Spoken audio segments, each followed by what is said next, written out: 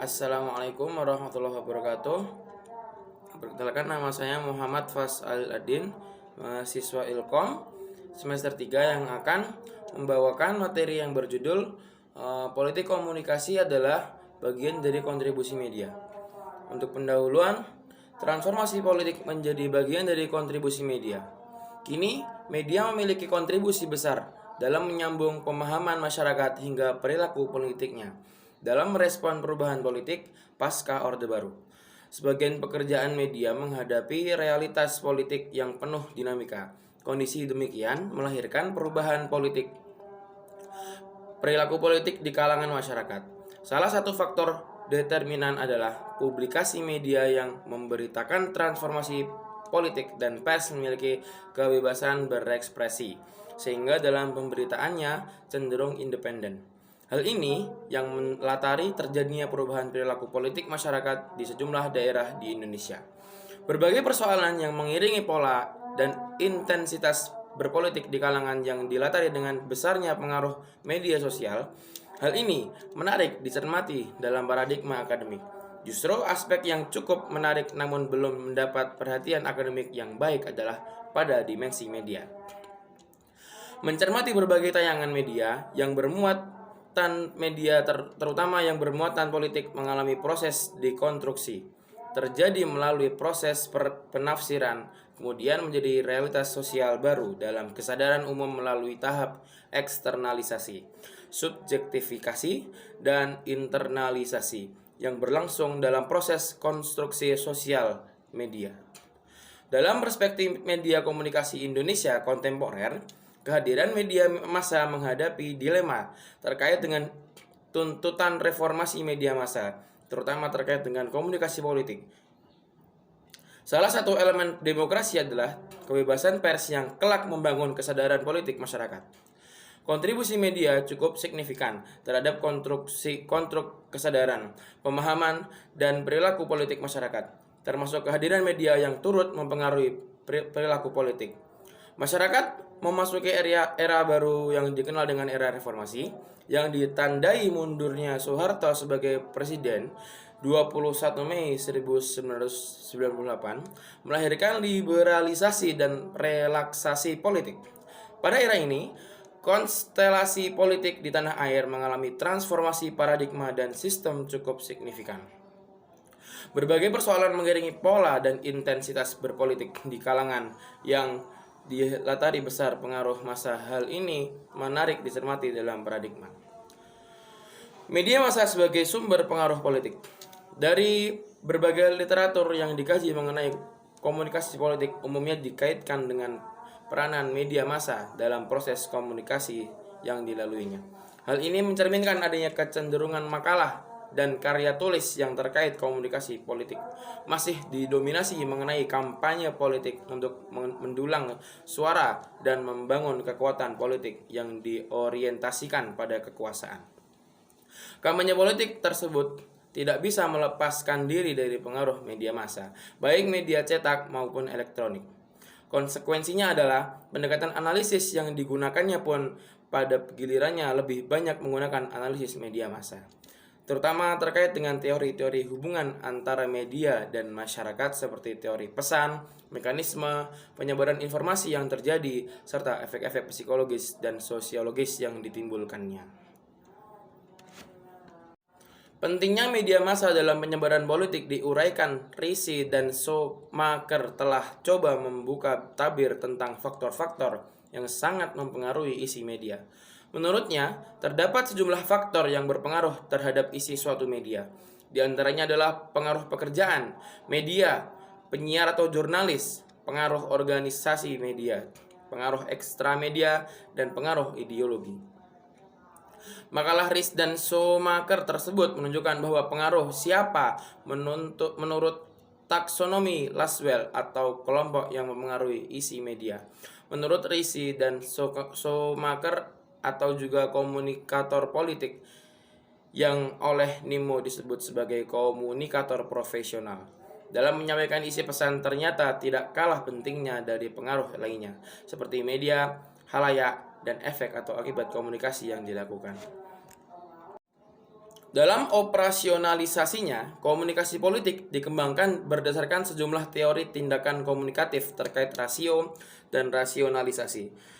Masyarakat dikembangkan para ilmuwan komunikasi, diantaranya Jürgen Habermas menulis teori des kommunikativen Handels yang terkait satu sama lain.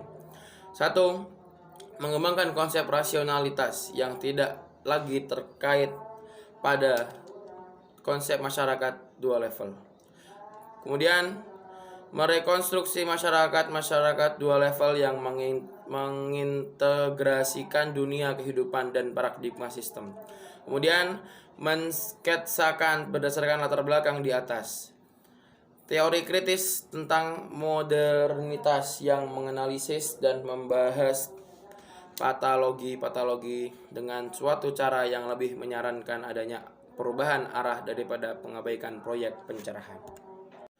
Dalam perspektif Alan Johnson yang menegaskan bahwa sistem sosial dalam struktur organisasi sebagai alternatif menguatkannya pengaruh individu.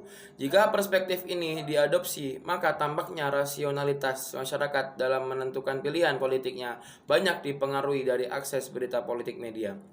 Dalam realitasnya, aspek rasionalitas masyarakat dalam menentukan pilihan-pilihan politiknya pada umumnya masih dipengaruhi pemberitaan media.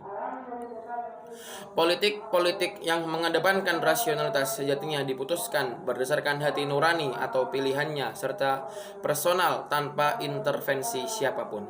Menurut Alan, pilihan rasional ditentukan pada kepentingan diri yang tetap dipertautkan dengan sistem sosial. Selain itu, media juga mengembangkan pengkajian wacana politik dengan menggunakan analisis wacana. Wacana tidak hanya mencakup ucapan-ucapan yang berbentuk komunikasi nonverbal, tetapi juga mencakup semacam teks dalam pengertiannya yang luas. Bila dilihat dari perspektif ekstralinguistik, kata teks dapat diperlebar pemakaiannya yang meliputi pesan-pesan yang dirumuskan melalui sistem nanda, seperti tanda lampu lalu lintas, upacara-upacara ritual keagamaan, atau adat masyarakat tertentu, gaya-gaya pakaian, gerak tubuh, atau juga kode indikator yang bersifat elektronik. Kebanyakan komunikasi, baik lisan maupun tertulis, dari yang biasa sampai yang terinci, terdiri atas aksi-aksi yang kompleks yang membentuk pesan-pesan atau wacana. Sedangkan studi tentang struktur pesan disebut dengan analisis wacana. Menurut Scott Jacob, ada 3 hal yang perlu mendapatkan perhatian dalam studi ini. Pertama yaitu analisis wacana disusun oleh para komunikator dengan cara prinsip tertentu agar seseorang mengetahui arti yang ingin disampaikan. Kedua, analisis wacana dipandang sebagai masalah aksi sehingga pengguna bahasa mengetahui bukan hanya aturan-aturan tata bahasa, melainkan juga aturan-aturan untuk menggunakan unit-unit yang lebih besar untuk mencapai tujuan pragmatik dalam situasi sosial tertentu. Ketiga, analisis wacana dipandang sebagai suatu pencarian prinsip-prinsip yang digunakan oleh komunikator aktual dari perspektif mereka, atau dengan kata lain, analisis wacana tertarik pada aturan-aturan transaksi pesan. Kemudian, menurut Van Dijk, kerangka teoritis yang mendasari perbincangan kita mengenai wacana politik selalu tidak bisa terlepas dari kesadaran politik, atau bisa disebut politik masyarakat. Hal ini sangat terkait dengan berbagai level dan dimensi dari wilayah politik. Level yang paling besar adalah aktor politik yang di dalamnya terdiri atas dimensi gagasan, pandangan, wacana, dan interaksi dalam situasi politik tertentu. Level tengah adalah institusi atau kelompok politik, termasuk di dalamnya adalah keterwakilannya di dalam pengumpulan politik, wacana kolektif, hubungan dan interaksi yang dibangun. Sedang level yang paling tinggi adalah sistem politik, termasuk di dalamnya adalah dimensi keterwakilan yang abstrak, aturan wacana, dimensi sosial, politik, budaya, dan proses sejarah. Pandangan-pandangan di atas adalah menggambarkan kepada kita bahwa tinta yang membentuk sebuah teks. Setiap teks digunakan sebagai tanda yang ingin dipesankan. Setiap teks memiliki arti yang khusus. Setiap teks bersifat disengaja dan dibuat oleh si pembuat. Atau dengan kata lain, setiap teks tidak dengan sendirinya berwujud. Setiap teks muncul melalui pemilihan dan penyusunan, dan setiap teks selalu didasari pada konteks tertentu. Kemudian makalah tentang wacana politik, baik langsung maupun tidak langsung, baik melalui media seperti analisis isi, melalui survei maupun melalui wacana merupakan analisis multilevel. Artinya, analisis wacana politik tidak semata-mata membicarakan hal-hal yang diucapkan atau dituliskan, tetapi juga mencakup semua konteks yang melingkupinya. Analisis terhadap wacana media biasanya menggunakan pendekatan analisis ragam, tingkat, dan dalam konteks ini, Fairut menyatakan bahwa seorang peneliti di samping memperhatikan hal-hal yang bersifat tekstual, ia juga memperhatikan hal-hal yang bersifat kontekstual dan ekstramedia. Ia mengemukakan konsep analisis antar teks dengan istilah analisis wacana kritis. Pendekatan ini disebut wacana karena merupakan konsep yang digunakan oleh para ahli dan peneliti ilmu sosial dan ahli bahasa. Sedangkan disebut kritis karena keberadaan diakui dan baik dalam praktik sosial secara umum maupun dalam penggunaan bahasa secara khusus. Memiliki hubungan dengan sebab akibat yang telah disadari sekalipun dalam kondisi yang normal. Wacana ini selalu merujuk kepada pengguna bahasa, baik lisan maupun tulisan. Menurut Van Dijk, critical discourse analysis lebih menekankan kepada aspek sosiohistoris yang melingkupi struktur teks. Dengan demikian, tujuan analisis ini adalah untuk mengetahui lebih dalam mengenai aspek-aspek sosiokultural yang melingkupi seluruh teks, termasuk juga memahami berbagai hal menyangkut struktur organisasi dan cara kerja dalam produksi teks.